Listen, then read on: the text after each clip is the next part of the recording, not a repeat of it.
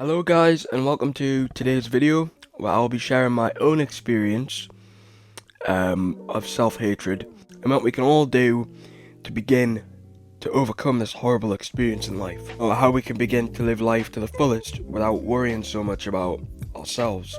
So let's first define what self-hatred is. Self-hatred slash self-loathing is an extreme criticism of oneself.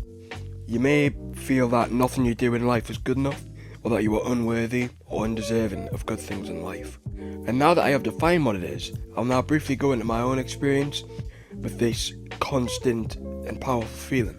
So, in regards to me, nearly every day, especially after school, I sort of begin to hate myself, and it's largely due to how I act at school. I feel as though I'm not presenting a true reflection of who I am, and that joking on in school and that it isn't me, and I must be like working 24/7 and must be so serious.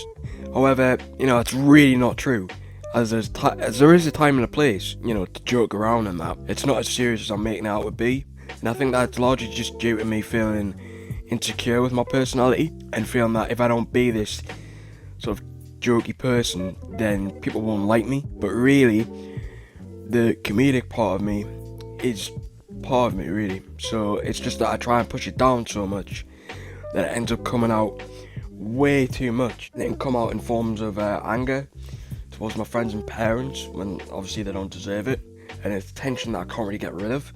And that's the thing, any behaviour that we punish and try to sort of suppress will come out more and stronger than before. So therefore, we must learn how to accept the behaviour and then modify it to our own liking. And I know that accepting is a very hard thing to do, however it is a vital step to the process.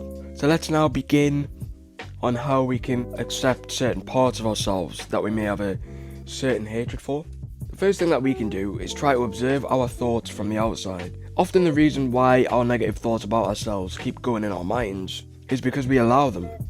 Every thought isn't actually even in our minds for that long. However, we just allow it to stay there. And so when we begin to observe our thoughts from the outside, and just let them pass through our minds like any other thought. And we don't have to put deep emphasis on that particular thought, as in the end, it's just a thought.